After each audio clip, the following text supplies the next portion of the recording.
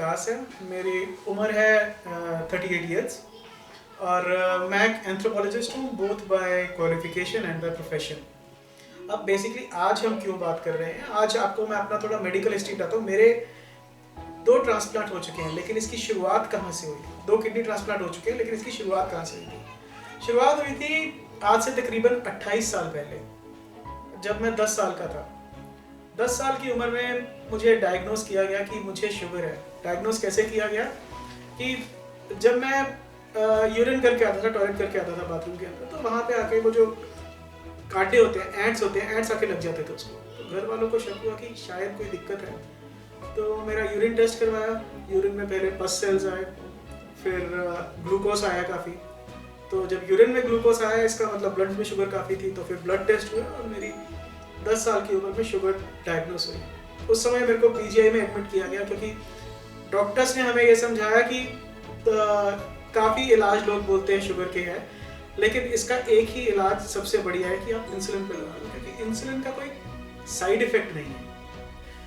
क्या है कि जैसे नॉर्थ इंडिया के अंदर एक शुगर का मरीज होने का मतलब ये है कि आपको एक समाज को एक एक्सपेरिमेंट के लिए एक चीज़ मिल गई है। साइंस और सोसाइटी के अंदर ये चीज़ बहुत कॉमन है, इनको एक्सपेरिमेंट करने के लिए लोग चाहिए होते हैं।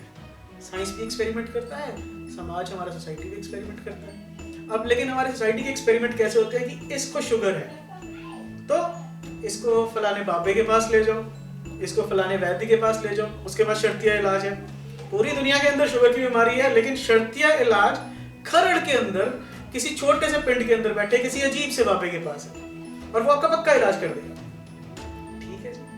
अब जब एक आपका एक माँ बाप की भी उस समय मनोस्थिति समझनी चाहिए, जब आपके 10 साल के बच्चे को बोल दिया है कि शुगर है और दिन में उसे 2 बार 3 बार इतनी सुई लग रही है, इंजेक्शन लग रही है।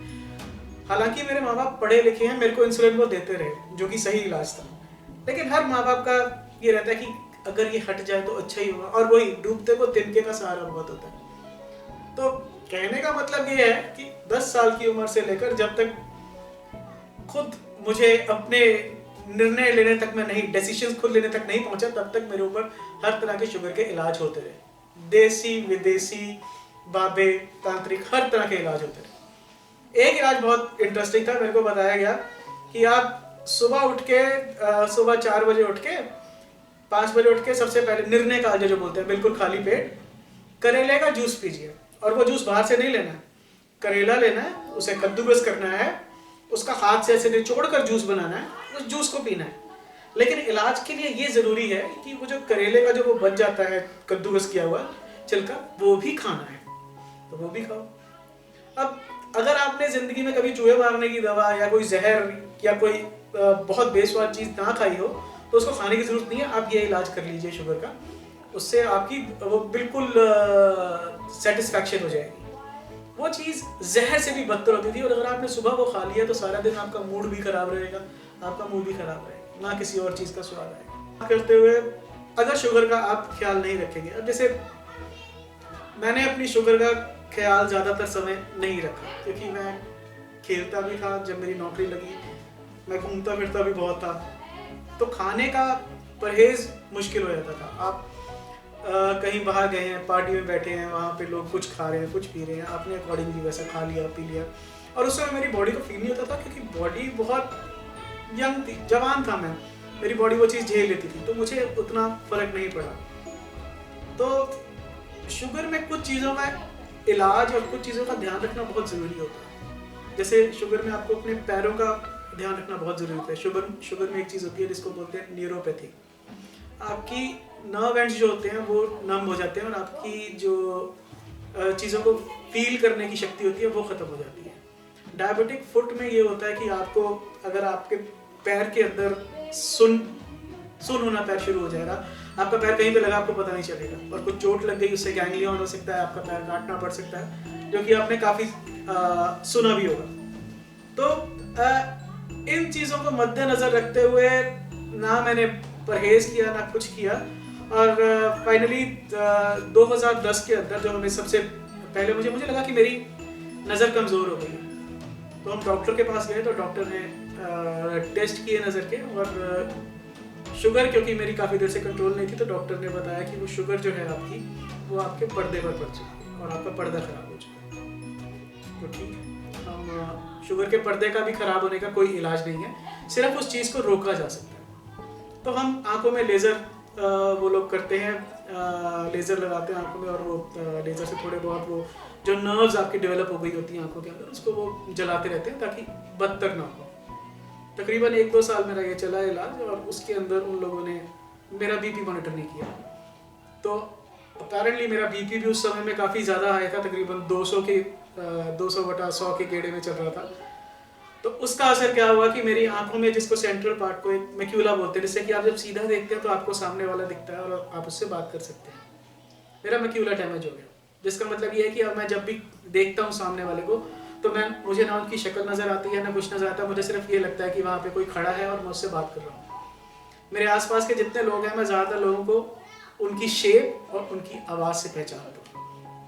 तो मैक्यूला डैमेज हो गया। उसके बाद कुछ समझ आई तो अपनी शुगर मैंने मेंटेन करनी शुरू की, और शुगर काफ़ी अच्छी मेंटेन होती रही।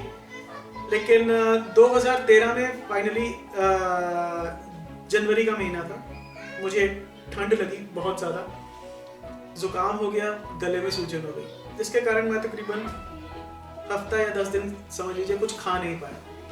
हफ्ता 10 दिन खा नहीं पाया तो मुझे ये लगा कि अगर मैं खा नहीं रहा हूँ तो मुझे इंसुलिन नहीं लेनी चाहिए, क्योंकि शुगर मेरी लो हो जाएगी। तो मैंने इंसुलिन भी नहीं ली, जिसके कारण मेरी शुगर तकरीबन 5-6 दिन काफ़ी हाई रही, तकरीबन 500 या 600 से ऊपर रही।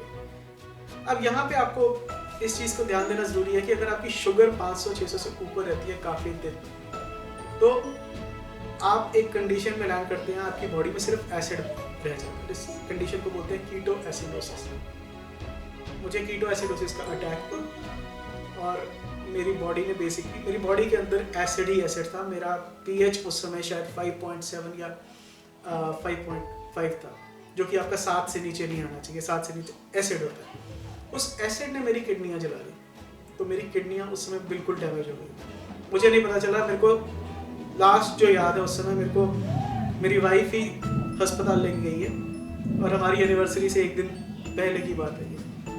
हम लोग अस्पताल पहुँचे, और मुझे जब होश आई है तो मैं वहाँ पे आईसीयू के अंदर था, और हर तरह की पाइपें मेरे शरीर में लगी हुई थी।